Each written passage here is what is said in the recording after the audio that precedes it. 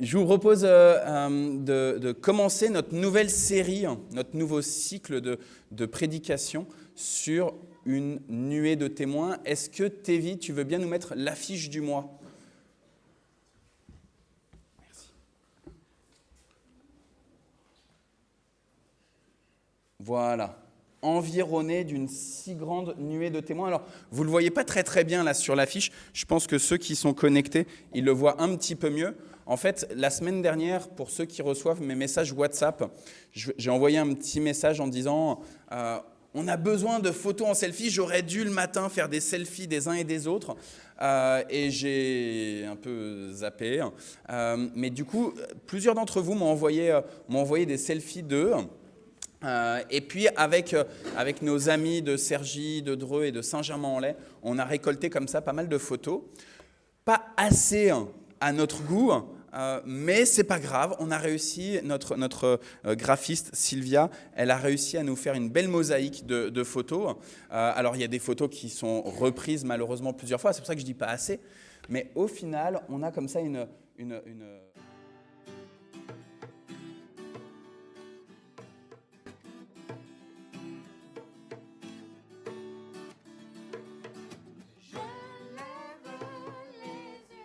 Merci, Tévi. Et donc, en fait, je pense que vous ne voyez pas très bien, mais sinon, vous regarderez sur Facebook. En fait, tous les petits pixels, c'est des photos, justement, et puis il y a ce visage du Christ qui apparaît. Et donc, on commence un nouveau cycle de prédication sur une nuée de témoins, Hébreux 12, verset 1, mais qui en fait est la conclusion, ce verset 1 d'Hébreux 12, qui est la conclusion de tout le chapitre 11 du livre des Hébreux, du livre aux Hébreux, de l'épître aux Hébreux. Et donc, pour commencer ce cycle de prédication, on va lire les 3 premiers versets d'Hébreux 11. Hébreux 11, versets 1 à 3. Ah, le micro, il est là ? Ah, il est là-bas. Merci. Donc, si quelqu'un veut bien lire, il y a 3 versets.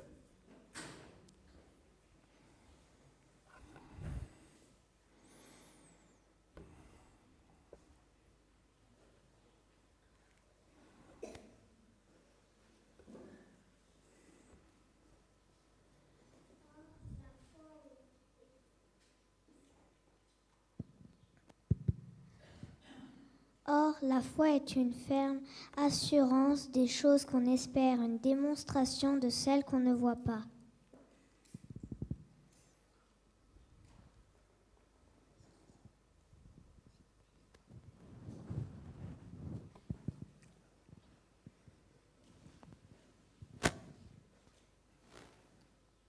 Pour l'avoir possédée, les anciens ont obtenu un témoignage favorable.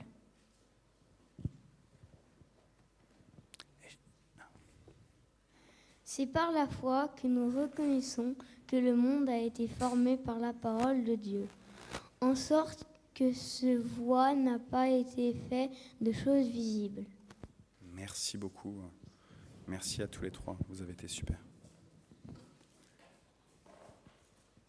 Ouais. Ok. Alors, je vous le dis tout de suite. Alors, il y a Jonas qui me dit, donc les enfants, si vous avez envie d'aller avec Noël, avec Isabelle...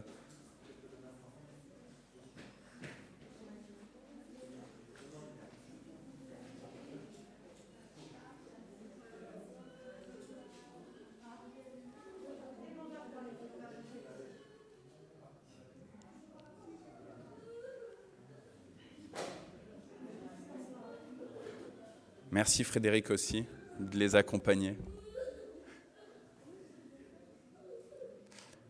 On vous laisse y aller. On vous laisse y aller.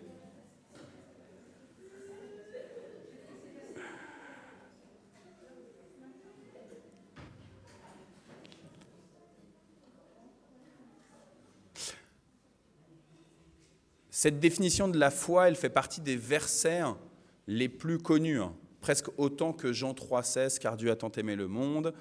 La foi est une ferme assurance des choses qu'on espère, une démonstration de celles qu'on ne voit pas. La foi est une ferme assurance des choses qu'on espère, une démonstration de celle qu'on ne voit pas. Et en particulier, à vous dire vrai, je voulais prendre la version parole de vie comme on fait d'habitude. Sauf que du coup, c'était pas la même version, évidemment. Et on n'entendait pas ces mots qui, en protestantisme, ont résonné dans l'enseignement et qui fait que cette définition, elle est connue par cœur. Si je vous prends la définition dans parole de vie, vous allez dire, mais ça n'a plus rien à voir. Qu'est-ce qu'il veut dire? Parce qu'en plus, ces 3 versets-là, ils sont compliqués. Ils sont compliqués à traduire, ce qui fait que si vous prenez la Louis II classique, si vous prenez la Nouvelle Bible Second, si vous prenez la Second 21, si vous prenez la Parole de vie, si vous prenez la Bible du Semeur, si vous prenez une Bible catholique, ça ne sera pas traduit de la même manière. Et vous allez dire, waouh! Alors c'est toujours riche de prendre plein de traductions et d'essayer de comprendre aussi, puisqu'il y a un même esprit qui a conduit l'auteur de la lettre aux Hébreux a rédigé en grec cet écrit-là et qui fait qu'aujourd'hui, il y a un même esprit qui conduit des traducteurs à essayer de nous donner du sens et de l'interprétation pour ces versets-là. Mais toujours est-il que quand on est habitué, c'est comme pour le fameux psaume 23, quand on est habitué à réciter par cœur ce psaume 23 et que d'un seul coup, on prend le psaume dans une autre traduction, on dit « Ah, je suis perdu. Je suis tout perdu, je m'en sors plus. » Alors du coup, voilà, exceptionnellement, j'ai fait comme le font quand ils prêchent, Marie-Christine ou Annie. J'ai pris cette traduction classique du protestantisme, la Louis II. La foi est une ferme assurance des choses qu'on espère, une démonstration de celles qu'on ne possède pas. Première question que je me suis posée en ayant ce verset numéro 1 d'Hébreux 11, c'est la foi. Ici, pour l'auteur, c'est la foi dans le Dieu d'Abraham, d'Isaac et de Jacob, dans le Dieu révélé entièrement, totalement accompli par Jésus-Christ. Ok, c'est clair. Mais aujourd'hui, dans notre monde en 2022, on entend plein de gens nous dire leurs espérances et leurs aspirations dans tout plein d'autres choses qu'en ce Dieu d'Abraham, d'Isaac, de Jacob, dans ce Dieu de Jésus-Christ. Et notamment parce qu'il y a une méfiance très forte par rapport à tout ce qui est institutionnel, alors les institutions civiles, mais plus encore les institutions religieuses. La foi. En quoi est-ce que nos contemporains, ils ont foi? En quoi est-ce qu'ils mettent leur espérance? Qu'est-ce qui les motive dans leur vie? Alors, une des choses qui motive le plus nos contemporains, je crois, était déjà pointée par Jésus. C'est ce que Jésus a appelé mammon, c'est l'argent. La réussite matérielle, financière, la possession, le fait de se rassurer en possédant les choses. Et en ayant un compte bancaire qui est pas dans le rouge, mais qui a beaucoup de zéros après des 1. Première chose dans laquelle, je crois, nombre de nos contemporains espèrent, mettent leur foi. Autre élément, peut-être, la foi, mon espérance dans ceux qui me sont les plus proches, que sont les membres de ma famille. J'espère dans mon couple. Je veux tenir ferme dans mon couple. Et parce que je vois à quel point le couple, c'est un lieu qui est difficile à tenir. Et on nous rappelle, on nous rabâche sans cesse qu'un mariage sur 2 finit par un divorce. Alors, je veux avoir foi, je veux croire dans mon amour pour mon conjoint. Et puis, je veux avoir foi dans mes enfants. Et on voit comme ça que toutes les aspirations, toutes les attentes, elles sont focalisées autour de la famille nucléaire. Et puis une fois que les enfants sont grands, hop, ils construisent à leur tour et on perd toute relation presque. Et on va mourir en maison de retraite avec plus personne autour de nous. Autre élément possible, peut-être, dans lequel nos contemporains mettent leur foi, la reconnaissance. Et moi qui est là mon téléphone. Hier, avec les enfants, on a regardé un film et il y avait une des comédiennes qui était en train de faire du téléphone tout le temps et elle disait « Je suis une influenceuse, j'ai 300 followers maintenant sur Instagram ». Et on voit bien nos contemporains qui cherchent comme ça à être reconnus par les gens qui les suivent, les gens qui ont envie d'être influencés par leur propre position. Je suis comme ça, je suis une autorité. Je suis reconnu par le plus grand nombre. Autre possibilité encore de en quoi nos contemporains mettent leur foi, n'est pas dans leur reconnaissance, mais peut-être quelque chose qui semble parler un peu au départ du même objet, à savoir moi-même, mon corps, mon intelligence, le savoir que je vais acquérir. J'ai foi dans mes idéologies, dans ce qui m'a construit. J'ai foi en moi-même. J'ai foi dans, je parlais de mon corps, dans le sport que je vais faire, dans la manière dont je vais me muscler physiquement, et puis psychiquement ou intellectuellement. L'auteur de l'Épître aux Hébreux, je vous l'ai dit en introduction, il ne parle évidemment pas de toutes ces foi-là, de toutes ces aspirations-là. Il parle ici de la foi en Jésus-Christ. Et quand cet auteur-là, il écrit cette lettre-là, cette exhortation-là, il est en train d'essayer de venir réajuster, réaligner le comportement de ses destinataires, de ses auditeurs. Quel est le problème que lui constate chez ses destinataires, chez les gens qui habitent à Rome? C'est qu'ils semblent abandonner la foi en Jésus-Christ. Leur aspiration la plus profonde dans le Dieu de Jésus-Christ, et ils semblent revenir à mettre toutes leurs attentes dans leur pratique religieuse.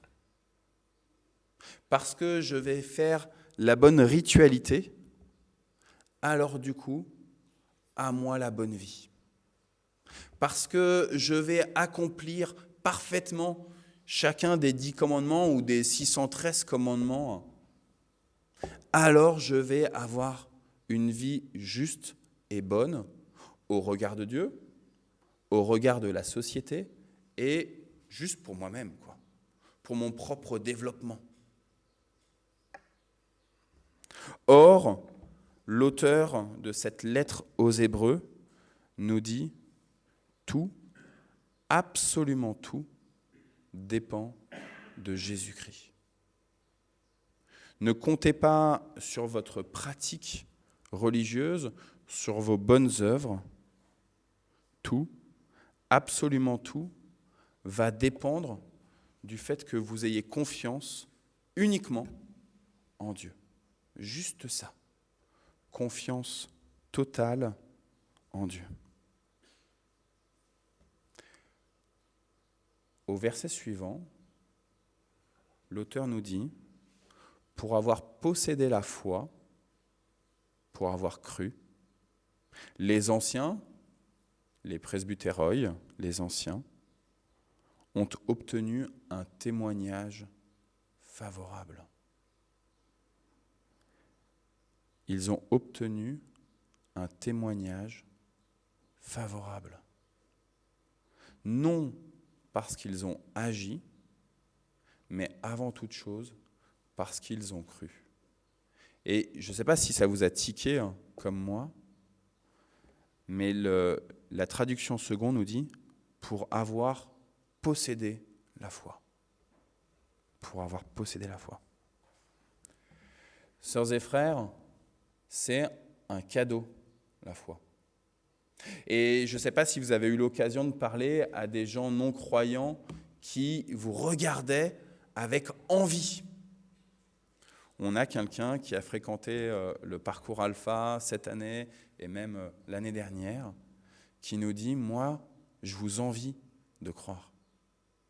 Je vous envie parce que j'ai envie de croire, mais j'y arrive pas. J'arrive pas à croire. Quel est le problème ? Eh bien, il me semble que c'est justement parce qu'elle compte sur elle-même. Je n'y arrive pas. Je n'y arrive pas. Alors qu'avant toute chose, on doit juste recevoir, simplement. Reçois ce cadeau qui t'est donné. Tu ne sais pas forcément comment la foi, elle est, comment ce cadeau, il est emballé, ce qui contient exactement ce paquet-là. Mais reçois-le. Dieu veut te l'offrir. Et cette sœur, je l'ai reçue en entretien pastoral, donc je ne vais pas vous dire le contenu de cet entretien, mais j'ai pu lui asséner juste ça. Dieu te le donne, Dieu te la donne cette fois. Il te donne ce cadeau-là. Reçois-le, simplement. Reçois-le. La conséquence, lorsqu'on possède la foi, c'est qu'on obtient un témoignage favorable. Ça veut dire quoi, un témoignage favorable ? C'est bizarre cette phrase-là. On obtient un témoignage favorable. Témoignage de quoi ? De quoi sont-ils témoins, ces anciens, ces presbytéroi qui ont reçu la foi ?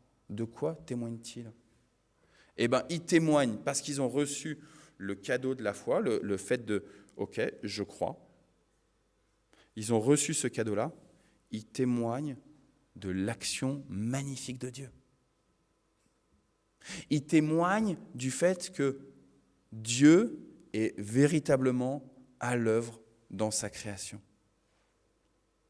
Et ça trouble leurs propres contemporains et ça trouble nos contemporains. Face à la guerre en Ukraine, où est Dieu ? C'est ce que bon nombre de nos contemporains pensent. Face à la pandémie de la Covid, face à tous les fléaux qu'il y a ici ou là, où est Dieu ? Face aux tensions avec mes collègues, ou avec ma femme, ou avec mon mari, ou avec mes enfants, ou avec mon voisinage.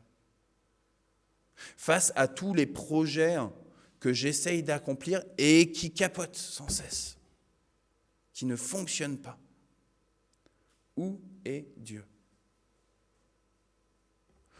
L'auteur de la lettre de l'exhortation aux Hébreux nous dit « La foi est ce cadeau qui nous permet d'affirmer sans cesse « Oui, je vois que Dieu est à l'ouvrage. » Je reviens sur la définition de Hébreux 11.1. La foi est une ferme assurance des choses qu'on espère, une démonstration de celles qu'on ne voit pas. Une démonstration, c'est le même mot pour dire une preuve. Une preuve des choses qu'on ne voit pas. Par la foi, j'ai la preuve que Dieu est à l'ouvrage.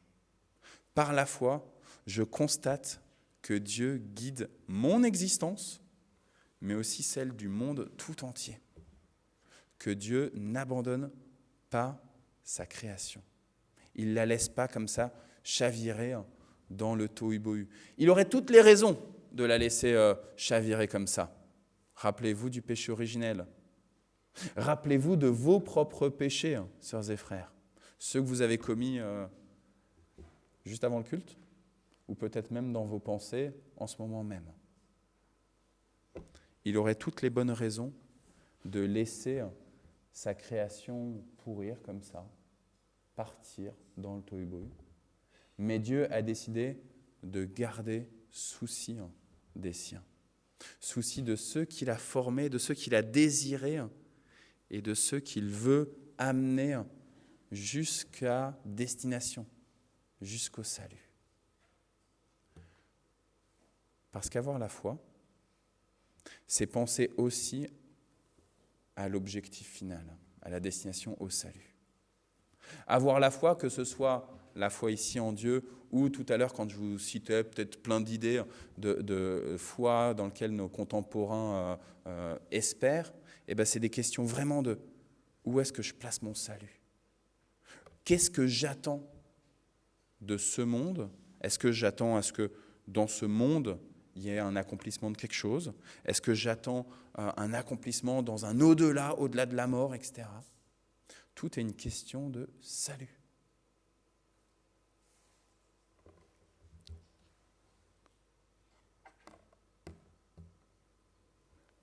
Par la foi, nous reconnaissons l'action de Dieu, l'amour, la puissance, la justice, la totalité, la radicalité du règne de Dieu, dès à présent. Alors je vous ai dit, quand l'auteur de cette exhortation, de cette lettre aux Hébreux, il rédige ce courrier, il le fait à des personnes qui sont chrétiennes. Et il leur dit, attention, en quoi mettez-vous votre foi? Et là, face à moi, j'ai des chrétiennes et des chrétiens. Pendant ce temps où on va travailler sur ce chapitre 11 de cet écrit aux Hébreux, on va se questionner, et moi? En quoi est-ce que fondamentalement je mets ma foi? Fondamentalement.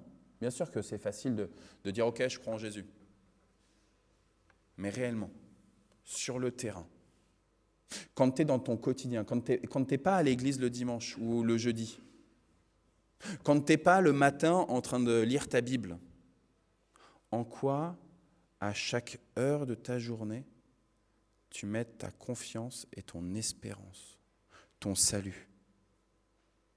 Comment est-ce que tu décides de soumettre à Dieu et à la seule autorité de Dieu l'ensemble de ton existence, la tienne, mais aussi l'ensemble de l'existence du monde entier?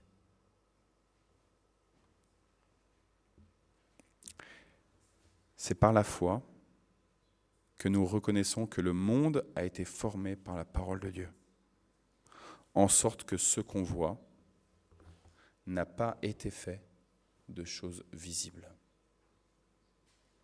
Sœurs et frères, il y a un monde invisible à nos yeux charnels. C'est dans ce monde invisible que Dieu agit.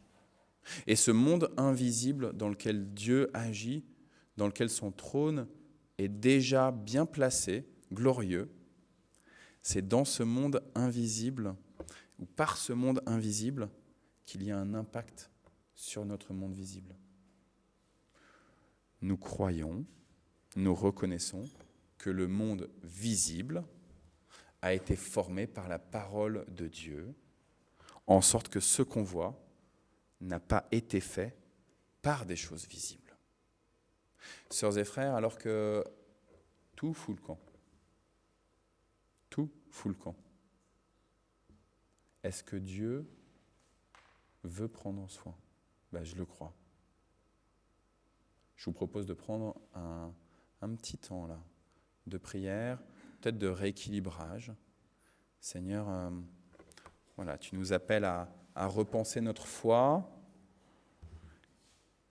La foi, c'est aussi tout ce qu'on va prendre comme temps, justement avec le Seigneur.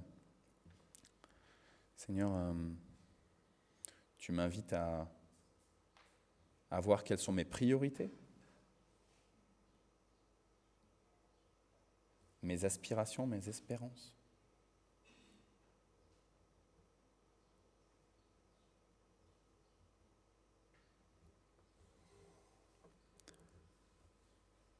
Seigneur notre Dieu, lorsque nous lisons ce passage dans l'Exode de la construction d'un veau en or, nous regardons de haut les Hébreux et nous moquons d'eux. Ils mettent leur foi, leur espérance en une statue. Pourtant, Seigneur notre Dieu, devant ta face, nous reconnaissons à nouveau que nous aspirons, que nous espérons en d'autres que toi.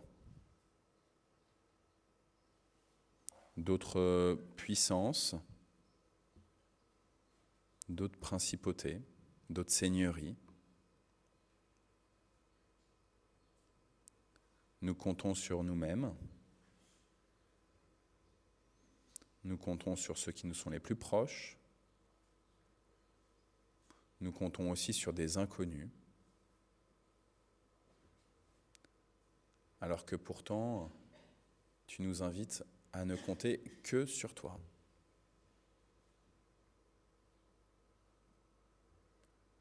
Ce matin, Seigneur, nous te demandons pardon. À nouveau, on l'a déjà fait en début de culte, Seigneur, mais à nouveau là, on reconnaît combien nous sommes loin de toi. Et nous t'en supplions, renouvelle ce présent, ce cadeau de la foi. Et que par cette foi, Seigneur, nos yeux perçoivent tout ce que tu as déjà accompli, tout ce que tu accomplis aujourd'hui et tout ce que tu vas continuer d'accomplir. Amen.